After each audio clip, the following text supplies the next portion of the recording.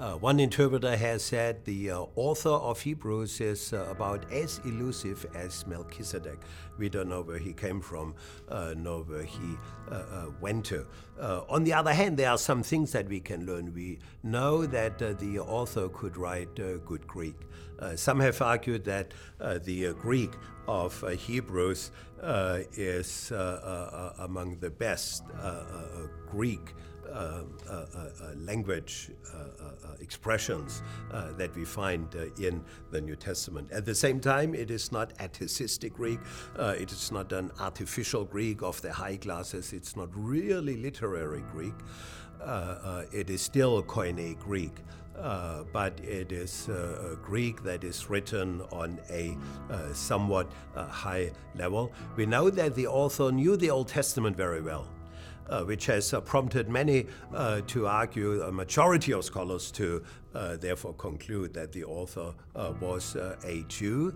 On the other hand, there are some passages that have prompted some scholars to say he was a Gentile Christian, because even as a Gentile Christian, maybe as a God-fearer, attending the synagogues in young days, one could know the Old Testament very well, because the Old Testament had been translated into Greek, which is what we call the Septuagint, but all things being equal, the very detailed knowledge of the Old Testament seems to suggest that the author was a Jew.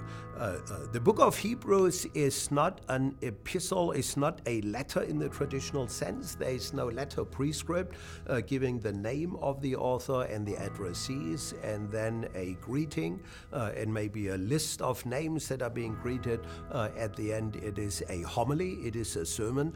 So we know that the author was used to preaching. He probably loved preaching.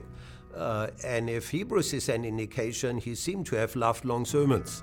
And he loved theology. What is unique about Hebrews is that we have a theological section, and then we have application. And then we have a theological section, and then we have application as well. And the theological section is very often interpretation of Scripture, of the Old Testament. So the author liked to integrate theology and application.